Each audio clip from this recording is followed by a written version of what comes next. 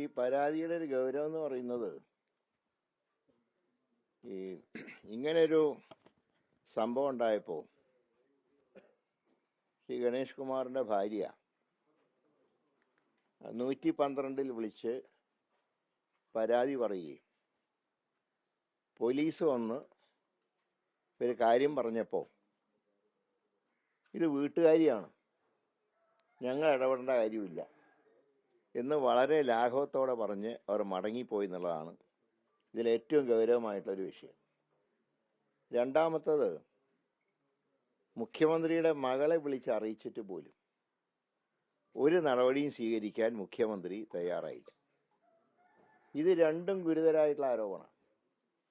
പക്ഷെ ഞാൻ അത്ഭുതപ്പെട്ടു പോയത് ഇന്നലെ മന്ത്രി ശ്രീമതി ബിന്ദുവിൻ്റെ ഒരു സ്റ്റേറ്റ്മെൻറ്റ് ഞാൻ കണ്ടത് മുഖ്യമന്ത്രിയുടെ മകളെയല്ല, മുഖ്യമന്ത്രിയെ വിളിച്ച് പരാതി പറയണമായിരുന്നു. അപ്പോൾ അതിൻ്റെ സാങ്കേതികത്വമാണ് അവർ പറയുന്നത്. സ്വാഭാവികമായിട്ടും ഒരു സ്ത്രീ സ്വന്തം പ്രയാസങ്ങൾ പറയുക സ്വാഭാവികമായിട്ടും മറ്റു സ്ത്രീയോടായിരിക്കും. അതിനങ്ങനെ കാണുന്നതിന് പകരം എന്തുകൊണ്ട് ഔദ്യോഗികമായി മുഖ്യമന്ത്രിയോട് പരാതിപ്പെട്ടില്ല എന്നൊരു വാചകം അവരുടെ ഭാഗത്തുനിന്നുണ്ടായി. അതും ദൗർഭാഗ്യരാണ്. അപ്പോൾ ഇത്രയും രണ്ട് പ്രധാനപ്പെട്ട ആരോപണങ്ങൾ ഉണ്ടായ സ്ഥിതിക്ക് ഇനി ഈ മന്ത്രിയെ ഒരു നിമിഷം പോലും ക്യാബിനറ്റിൽ വെച്ചുകൊണ്ടിരിക്കുക. അപ്പം അദ്ദേഹം 5000-ഓളം പ്രണയങ്ങൾ അദ്ദേഹം നടത്തിയത്.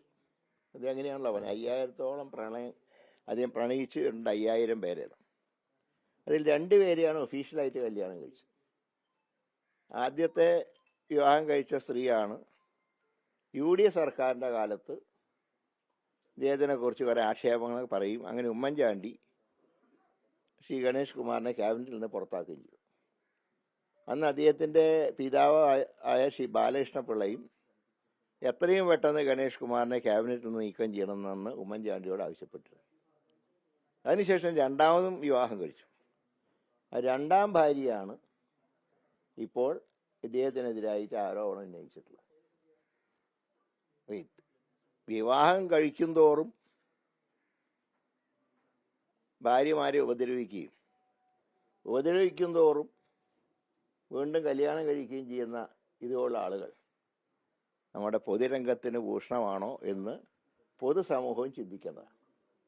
ഒരാളൊരു മുന്നണിയിൽ നിന്ന് വിട്ടുവരുമ്പോൾ ഉടനെ 2 കൈ നീട്ടി സ്വീകരിച്ച് ഇങ്ങനത്തെ ഒരു വിഷയത്തിൽ ബാക്കിയുള്ളവർക്ക് അങ്ങോട്ടും ഇങ്ങോട്ടുമൊക്കെ മാറി നിൽക്കാറൊക്കെയില്ല, അല്ല ഭാഗം മാറാറൊക്കെയില്ല. പക്ഷേ ഒരു ജീവിതത്തിൽ പാലിക്കേണ്ട മര്യാദ പോലും പാലിക്കാത്തവരെ സംരക്ഷിക്കുന്ന സംവിധാനം വേണോ എന്ന് എല്ലാവരും ആലോചിക്കേണ്ട കാര്യമാണ്. ഇതിപ്പോൾ അദ്ദേഹത്തിൻ്റെ ഭാര്യ പറഞ്ഞൊരു ആരോപണം കാണാൻ പാടില്ലാത്തൊരു അരുതാത്ത കണ്ടു എന്നാണ് അവർ പറഞ്ഞത്. അതായത് കഥവ് തുറന്നു നോക്കിയപ്പോൾ കാണാൻ പാടില്ലാത്ത കണ്ടു, പാലാഴി മദനം നടത്തുന്ന കണ്ടു. അത്രയും വളരെ സങ്കടത്തോടു കൂടിയിട്ടാണ് അവർ പരാതി പറഞ്ഞത്. അപ്പോൾ ഇനി മുഖ്യമന്ത്രി ഇതെങ്ങനെയാണ് കൈകാര്യം ചെയ്യുന്നത് ഞങ്ങൾ നോക്കിക്കൊണ്ടിരിക്കുകയാണ്. സ്ത്രീ സുരക്ഷയ്ക്ക് വേണ്ടിയിട്ട് എന്നും പ്രസംഗിക്കുന്ന ആളാണ് മുഖ്യമന്ത്രി. അതിനു വേണ്ടി കോടിക്കണക്കിന് രൂപയാണ് ഈ PR വർക്കിൻ്റെ ഭാഗമായിട്ട് ചെലവഴിക്കുന്നത്. ഒരു മന്ത്രിയുടെ ഭാര്യയ്ക്ക് പോലും ജീവിക്കാൻ രക്ഷയില്ലാത്തൊരവസ്ഥ എന്ന് പറയുമ്പോൾ എന്ത് സുരക്ഷിതത്വമാണ് കേരളത്തിൽ സ്ത്രീകൾക്കുള്ളത്? മന്ത്രിമന്ദിരത്തിൽ പോലും അവരുടെ ഭാര്യമാർക്ക് സുരക്ഷിതത്വം ലഭിക്കുന്നില്ല. അതാണ് ഈ സംഭവത്തോടെ തെളിഞ്ഞത്. ഏതായാലും മുഖ്യമന്ത്രിയുടെ നിലപാട് ഞങ്ങൾ നോക്കിക്കൊണ്ടിരിക്കുക. വ്യക്തിപരമാണ്. 2 മാസമായിട്ട് ഭാര്യയുമായി യാതൊരു വിധത്തിലുള്ള ബന്ധവുമില്ല. ഭാര്യയാണ് തന്റെ പേഴ്സണൽ സ്പേസിലേക്ക് കടന്നു വന്നത്. തികച്ചും വ്യക്തിപരമാണ്. ഞാൻ പറയുന്നത് ഇത് വ്യക്തിപരമാണോ? ഒരു ഭാര്യ പരസ്യമായിട്ട് പ്രതികരിക്കുക, തന്നെ ഉപദ്രവിച്ചു. മാത്രമല്ല ഈ രംഗങ്ങൾ അവർ റെക്കോർഡ് ചെയ്തപ്പോൾ മൊബൈൽ ഫോൺ പേഴ്സണൽ സ്റ്റാഫിനെ കൊണ്ട് പിടിച്ചു പറിക്കാൻ നോക്കി. ഇതൊക്കെയാണോ വ്യക്തിപരമായിട്ടുള്ള ജീവൻ എന്ന് പറയുന്നത്? ഒരു മന്ത്രിയുടെ വീട്ടിൽ അദ്ദേഹത്തിൻ്റെ ഭാര്യയ്ക്ക് രക്ഷയില്ല എന്ന് ഭാര്യ പറയുന്നത് ഇത് രാഷ്ട്രീയ പ്രശ്നമാണോ? മാത്രമല്ല ഇത് 2ാം തവണയാണിത്. ഞാൻ പറഞ്ഞല്ലോ 5000 പ്രണയം തനിക്കുണ്ട് എന്ന് പറഞ്ഞ മന്ത്രി 2 ഔദ്യോഗിക കല്യാണമാണ് കഴിച്ചിട്ടുള്ളത്. ആദ്യത്തെ ഭാര്യ ഇതേ രീതിയിൽ ആരോപണം ഉന്നയിച്ചുകൊണ്ടാണ് ഡൈവോഴ്സ് ചെയ്തത്. ഇത് രണ്ടാമത്തെ സംഭവമാണ്. അതാ ഞാൻ പറഞ്ഞത്, പിന്നെയും വിവാഹം കഴിച്ചുകൊണ്ടിരിക്കുമ്പോൾ അത് അദ്ദേഹത്തിൻ്റെ ഇഷ്ടമാണ്. എത്ര കല്യാണം കഴിക്കണം എന്നൊക്കെ അദ്ദേഹം തീരുമാനിച്ചത്. പക്ഷേ ആ കല്യാണം കഴിച്ച ഭാര്യമാർ സ്വന്തം ഭർത്താവിനെ കുറിച്ച് പറയുന്ന കാര്യങ്ങൾക്ക് ഒരു വിലയില്ലേ സമൂഹത്തിൽ?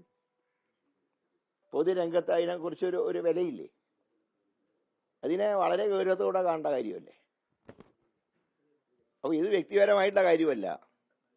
സത്യപ്രതിജ്ഞ മന്ത്രി കാണിക്കുന്ന തോന്നിവാസങ്ങളാണ്. അതിനെ അംഗീകരിക്കുന്നുണ്ടോ മുഖ്യമന്ത്രി? അതിനെ ഘടകകക്ഷികൾ അംഗീകരിക്കുന്നുണ്ടോ? ഇങ്ങനൊരു വ്യക്തിയാണോ വീണ്ടും സ്ഥാനാർത്ഥിയെ നിർത്താൻ പോകുന്നത്? അതിന് മുഖ്യമന്ത്രി മറുപടി പറയട്ടെ. ഞങ്ങളതാണ് നോക്കിക്കൊണ്ടിരിക്കുന്നത്. തീർച്ചയായും. സംശയം എന്താ? മന്ത്രി ഗണേഷ് കുമാർ ഭാര്യയെ വിളിച്ച് മാപ്പ് പറഞ്ഞത് ഒത്തുതീർപ്പാക്കാനുള്ള ഒരു ശ്രമം നടത്തുന്നു ഉള്ള വാർത്തയുണ്ട്. ഭാര്യ തന്നെ പറഞ്ഞിട്ടുണ്ട്, മന്ത്രി വിളിച്ചു ക്ഷമാപണം നടത്തിയിട്ടുണ്ട്. അങ്ങനെ ഒരു ഒത്തുതീർപ്പിലേക്ക് പോവുകയാണെങ്കിൽ പിന്നീട് അതിനെക്കുറിച്ച് ഇപ്പൊ ചർച്ച ചെയ്യേണ്ട ആവശ്യമില്ല. ഇപ്പോ മന്ത്രിക്കെതിരെ വ്യക്തമായിട്ടുള്ള പരാതി അവർ രേഖപ്പെടുത്തി കഴിഞ്ഞിട്ടുണ്ട്. റിട്ടേൺ കംപ്ലൈന്റ് ഇല്ല, മന്ത്രി അല്ല, നേരിട്ട് അവർ പറഞ്ഞ കാര്യങ്ങളല്ലേ നിങ്ങൾ റിപ്പോർട്ട് ചെയ്തത്? അല്ല, നിങ്ങൾ ഊഹാപോഹം വെച്ച് റിപ്പോർട്ട് ചെയ്തതല്ലോ. നിങ്ങൾ റിപ്പോർട്ട് ചെയ്യുന്ന അടിസ്ഥാനത്തിലാണ് കാര്യങ്ങൾ പുറത്തു വന്നിട്ടുള്ളത്. അപ്പോൾ അതിൻ്റെ അടിസ്ഥാനത്തിൽ മാപ്പ് പറഞ്ഞുകൊണ്ട് തീരുമോ ഈ പ്രശ്നം? ഒരു പൊതുസമൂഹത്തിന് ചേരാത്ത പ്രവൃത്തിയല്ല അദ്ദേഹം ചെയ്തത്. അല്ല, അത് ഞങ്ങൾ ആലോചിക്കുന്നുണ്ട്. മുഖ്യമന്ത്രിയുടെ ഒരു പ്രഖ്യാപനം വരാൻ ഞങ്ങൾ കാത്തിരിക്കാം.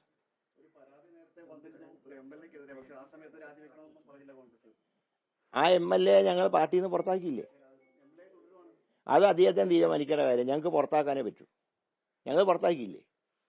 ഒരു കേസിൽ അദ്ദേഹത്തിനെ ശിക്ഷിച്ചിട്ടില്ലല്ലോ, പക്ഷെ ഞങ്ങൾ പുറത്താക്കിയില്ലേ? പാർട്ടിയുടെ MLA അല്ല, അങ്ങനെ MLA ഞങ്ങൾക്കില്ല. ആ MLA ഞങ്ങൾ പുറത്താക്കി. അതിലൊക്കെ ഞങ്ങൾ മാന്യത കാണിച്ചിട്ടുണ്ട്.